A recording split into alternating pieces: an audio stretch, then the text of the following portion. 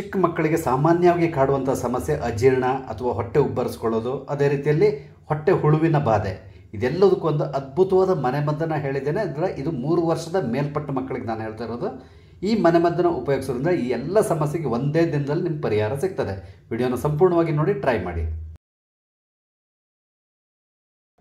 ನಮಸ್ಕಾರ ಎಲ್ರಿಗೂ, ಅಮ್ಮೀಸ್ ಲೈಫ್ ಸ್ಟೈಲ್ಗೆ ಸ್ವಾಗತ. ಸ್ನೇಹಿತರೆ, ಸಾಮಾನ್ಯವಾಗಿ ಚಿಕ್ಕ ಮಕ್ಕಳಿಗೆ ಒಂದು ಸಮಸ್ಯೆ ಬರ್ತಾ ಇರ್ತದೆ. ಆವಾಗ ಅವ್ರಿಗೆ ಅಜೀರ್ಣ ಆಗೋದು, ಹೊಟ್ಟೆ ಒಂದು ರೀತಿ ಉಬ್ಬರಿಸಿದ ರೀತಿಯಲ್ಲಿರೋದು, ಹಾಗೆ ಹೊಟ್ಟೆ ಹುಳದ ಬಾಧೆ ಆವಾಗ ಕಾಡ್ತಾ ಇರ್ತದೆ. ಅಂಥ ಸಂದರ್ಭದಲ್ಲಿ ನಾವು ಮೆಡಿಸಿನ್ಸ್ ಕೊಡ್ತೇವೆ. ಆದರೂ ಕೂಡ ಮನೆಯಲ್ಲೇ ಒಂದು ಅದ್ಭುತವಾದ ಮನೆಮದ್ದನ್ನು ಮಾಡಿಕೊಂಡು ಈ ಸಮಸ್ಯೆಯನ್ನು ನಿವಾರಣೆ ಮಾಡ್ಕೋಬೋದು. ಅದು ಏನಂತ ತಗೊಂಡು ನಾನು ಇವತ್ತಿನ ವಿಡಿಯೋದಲ್ಲಿ ವಿವರಿಸಿದ್ದೇನೆ. ದಯವಿಟ್ಟು ಫುಲ್ ವಿಡಿಯೋ ನೋಡಿ ಹಾಗೆ ಟ್ರೈ ಮಾಡಿ. ಮಕ್ಕಳಿಗಂತೂ ತುಂಬ ಉಪಯುಕ್ತವಾದಂತಹ ಒಂದು ಮನೆಮದ್ದು ಇದು. ಈ ಮನೆಮದ್ದು ಮಾಡ್ಕೊಳ್ಳಿಕ್ಕೆ ನಮ್ಗೆ ಬೇಕಿರೋದು ಕೇವಲ 2 ಇಂಗ್ರೀಡಿಯೆಂಟು: ಅಜ್ವಾನ್ ಅಥವಾ ಓಂ ಕಾಳು. ಇದು ಸಾಮಾನ್ಯವಾಗಿ ನಿಮ್ಮ ಮನೇಲಿ ಇರ್ತದೆ. ಇನ್ನು ಮತ್ತೆ ಸಕ್ಕರೆ. 2 ಇಂಗ್ರೀಡಿಯೆಂಟ್ನ ನಾವು ಉಪಯೋಗಿಸ್ಕೊಂಡು ಈ ಮನೆಮದ್ದನ್ನು ಮಾಡೋದು.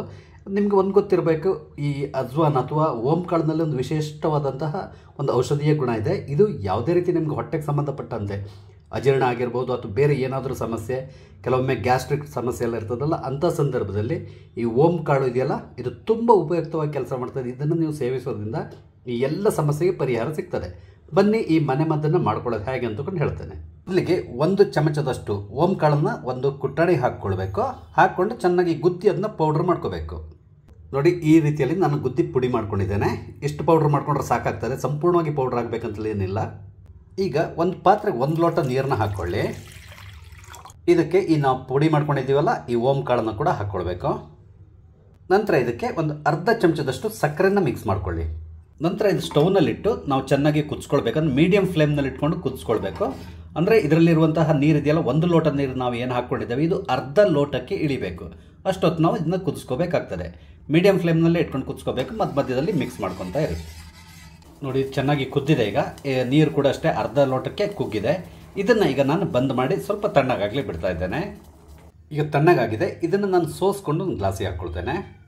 ನೋಡಿ, ನಾನು ಸೋಸ್ಕೊಂಡು ರೆಡಿ ಮಾಡ್ಕೊಂಡಿದ್ದೇನೆ. ಇದನ್ನು ಏನು ಮಾಡಬೇಕು ಅಂದರೆ ಮಕ್ಕಳಿಗೆ, ಅಂದರೆ 3 ವರ್ಷದ ಮೇಲ್ಪಟ್ಟ ಮಕ್ಕಳಿಗೆ ನಾನು ಹೇಳ್ತಿರೋದು, ಈ ರೀತಿ ಹೊಟ್ಟೆ ಉಬ್ಬರ ಅಥವಾ ಅಜೀರ್ಣ ಆಗಿರೋದು, ಇಲ್ಲ ಬೇರೆ ರೀತಿ ಅಂದರೆ ಹೊಟ್ಟೆ ಹುಳುವಿನ ಬಾಧೆ ಇದ್ದಾಗ ಈ ಕಷಾಯವನ್ನು ಮಾಡಿಕೊಂಡು ಸ್ವಲ್ಪನೇ ಕುಡಿಸ್ತಾ ಇರಬೇಕಂದ್ರೆ ಇಡೀ ದಿನ ಈ ರೀತಿ ಮಾಡಿಕೊಂಡು ಮಧ್ಯೆ ಒಂದು 2 ಸ್ಪೂನ್ ಈ ಥರದಲ್ಲಿ ಕುಡಿಸ್ತಾ ಬರಬೇಕು. ಈ ರೀತಿ ಮಾಡ್ತಾ ಬಂದರೆ ಸಂಜೆ ಆಗುವಾಗ ಅವ್ರಿಗೆ ಯಾವುದೇ ರೀತಿಯ ಸಮಸ್ಯೆ ಇದ್ದರೂ ಕೂಡ ಅದು ಗುಣ ಆಗೋಗ್ತದೆ.